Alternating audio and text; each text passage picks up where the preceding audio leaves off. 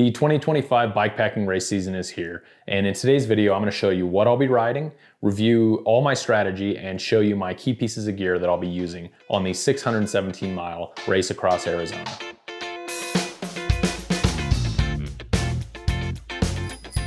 Hey guys, Dylan here with the Endurance Studio, where I share unbiased reviews, tips, tricks, and general information about endurance stuff. Bikepacking, ultra running, and general outdoor adventuring. It's time for another bike check video on my upcoming attempt at the Race Across Arizona, otherwise known as RAAZ. But before I get into it, if you find these videos and the podcast useful and entertaining, please consider subscribing and sharing with your friends. You could also become a YouTube member or give a one-time super thanks donation. YouTube members get some extra perks like early access to new videos, and now exclusive members only ad-free episodes. And a quick shout out to my ongoing sponsors, Squirrels Nut Butter and Embark Maple. The links for the coupon codes are always in the YouTube description. Okay, let's get into it.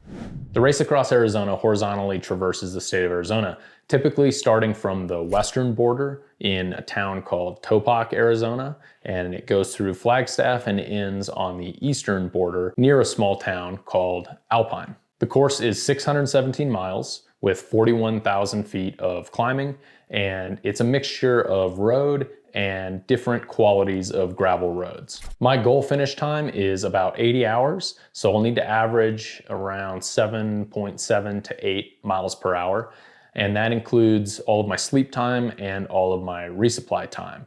So it's about 4 full days of riding and 3 nights. Also, I wanted to note that some of the items I'm gonna go over today, I'm gonna go through pretty quickly, like my sleep kit and my tarp system, but I do have really comprehensive deep dive videos on most of those. So look for the in-video links and look for the links in the YouTube description. And if you really wanna go deep down the rabbit hole, my comprehensive full gear list is also in the description. It is done on Lighter Pack and it includes all the weights, every piece of gear that I'm bringing, all of my water capacity, every place that it's packed on my bike. It's super in-depth, so have a look at that. Last year I did a podcast with Dana Ernst, who is the current FKT holder on the Race Across Arizona. I learned a ton from our conversation. It's super entertaining as well, so go check that out. And I've applied a lot of the things that I took away from that conversation here today. Okay, let's take a look at the bike that I've decided to ride for this race. This is my 2023 Specialized Epic Evo. It's got 120 millimeter travel up front and 110 millimeter travel in the rear. It is all Fox suspension, including a Fox Transfer SL seat post, dropper seat post. It has almost all race face components, and the drivetrain is full XTR, and the pedals, I'm running XT pedals there. Now, this is the same bike that I decided to ride on last year's Colorado Trail Race, and this is a very different race. So with a few key changes, I have this thing ready for the Race Across Arizona. So for this race, I'm focusing on 3 main areas that hopefully will bring me to success. The first area is, of course, aerodynamics. This is a very different race than Colorado Trail Race, although I'm riding the same bike. I've done a variety of different things to it to make it way more aero. And the first thing I've done is aero bars, of course, but also comfort bars. These are Profile Designs 43A is the model. They have 30 millimeter risers, and it's attached to a Fred bar, which was pretty much designed for the Tour Divide riders. So what it does is it attaches to the stem and it brings your aero bars back and up into a very, very, very comfortable position. And I have my electronics and lights, my navigation and lights attached to that. It just makes for a extremely comfortable, long-term, all-day riding position. So the other key thing I've done to help with aerodynamics are the tires, of course. I'll be running Continental Race King 2.2s, which are a extremely fast rolling tire. Unfortunately, Continental just discontinued making these tires, so there's a little bit of a high demand for them right now. But they're just wide enough. They're not too narrow. I can run 22 to 25 tire pressure, and I still have really good traction, and they have just fantastically low rolling resistance. So really looking forward to bombing on those tires. And the last point of focus for Aerodynamics is all triangle mounted water bottles. Now this isn't all the water I'm gonna carry. I'll get into that in the next section, but I'm intentionally not strapping anything to my fork, any water bottles, anything to create a wind block in the front, keeping everything super aero here and sacrificing a little bit of frame space by not having a frame bag. But the food can go elsewhere, and the extra water is definitely a key point to this race. And the final piece of the aerodynamic plan is, of course, the tail fin rack.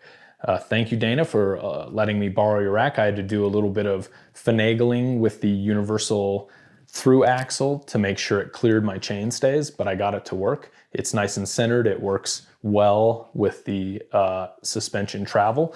And what it's doing is it's keeping a big, perpendicularly mounted front roll off the front of my bike and keeping me nice and smooth and aero. So really looking forward to having the tail fin. It's a little bit of extra weight.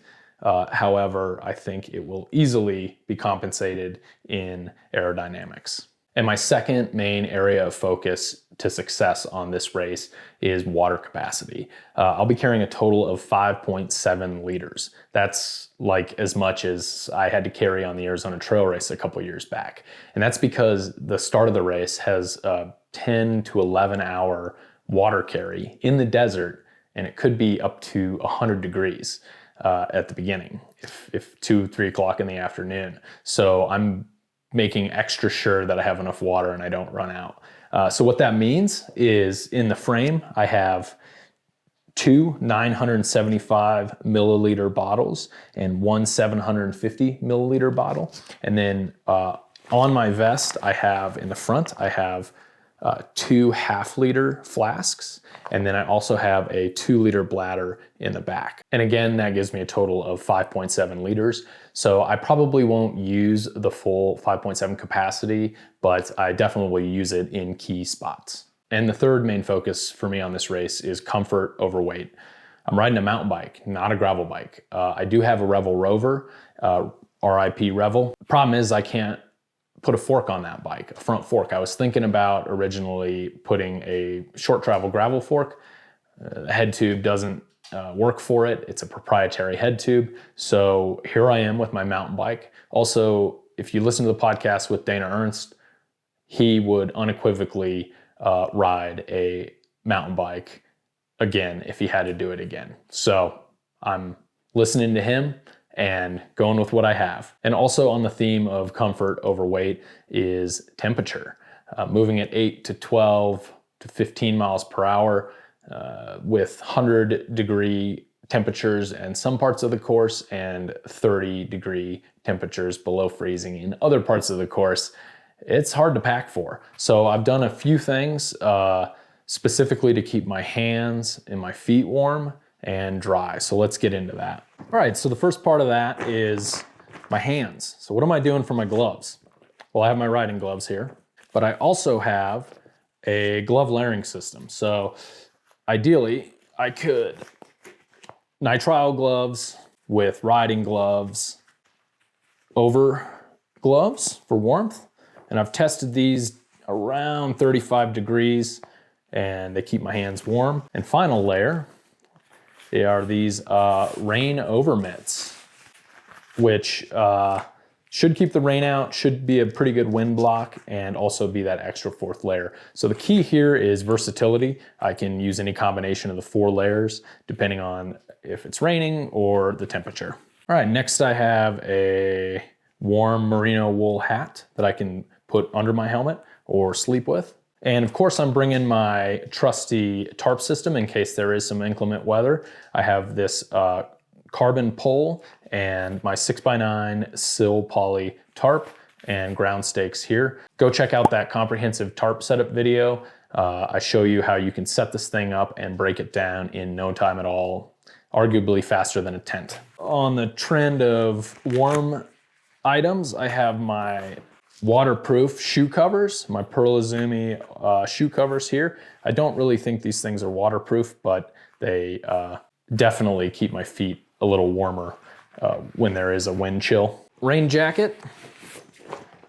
Also extra layer. If I need to when I'm sleeping and cold, I can have up to 4 layers there. And my sleep kit is packed in here. I have a little toiletry bag in here. Pillow. The most critical piece of gear of all, an eye mask and earplugs. And then a couple of small toiletry items, toothbrush, etc.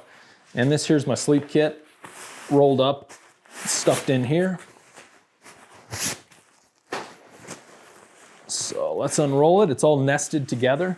You can kind of see it here. I have the Thermarest X-Lite NXT pad. So this is like a 3-inch pad, and Thermarest changed the design on these pads so they don't sound like you're sleeping on tinfoil. They're actually exceptionally quiet, exceptionally comfortable, and well insulated from the ground. So I have the pad there, and then inside I have the, it's an Enlightened Equipment Revelation 30-degree quilt, and that's all nested inside this Bora Gear bivy. This is not waterproof. It does have a Cuban fiber base here as a ground sheet, which is pretty durable, but the top is only slightly waterproof here. It has a water repellent coating, but it's not really waterproof at all. So it's meant to be paired with the tarp system. And for my electronics, I will be using a Garmin Edge 1040 Solar and a Phoenix BC26R light with 1 extra battery. And then for the rear blinky light, I'm going to be using a Phoenix BC05R blinky light. I also have a Nightcore NB10000 Gen 2 charging power bank there. And for entertainment, I'll be using Apple AirPods and my phone for music and podcasts, and a couple other notable items. I'll be carrying an entire stick of squirrel's nut butter to keep the chafing and the potential for saddle sores as low as possible. Also on that note, I am gonna plan to drink all the water in my hydration vest first to try and keep that weight off my back as much as possible. There's gonna be so many miles on this thing just sitting, spinning in the saddle, and I'm not really used to that, so I'm trying to place a priority on that to make sure I stay as comfortable as possible. For clothing, I'll be bringing lots of layers, both for the sun and the hot, and also for the cold. So I have a Patagonia Houdini inside the vest. I have a Patagonia Nano Puff jacket. I have this Outdoor Research sun shirt, which has just been rock solid and awesome. And then underneath I'll be wearing a jersey, jersey with pockets. So most of my food, I didn't show you any space for the food. Most of the food is likely gonna be going in my jersey pockets, in the vest, kangaroo pockets. And then I do have some extra capacity in my top tube bag, and also a little bit of extra room in the tail fin bag. And for the lowers, I will be wearing these Patagonia Dirtcraft pants for when it's cold, and then I have Lululemon compression shorts with no chamois on underneath these. So I can strip the pants off and just wear those shorts when it's toasty outside, and throw the pants back on when it gets cold. Well guys, that wraps up this bike check video. I hope it's been helpful. Do you think that I'm making a mistake riding a mountain bike on this course? I want to know your opinion. Hit up those comments. Also, don't forget to subscribe. Thanks for watching, and we will see you on the next adventure.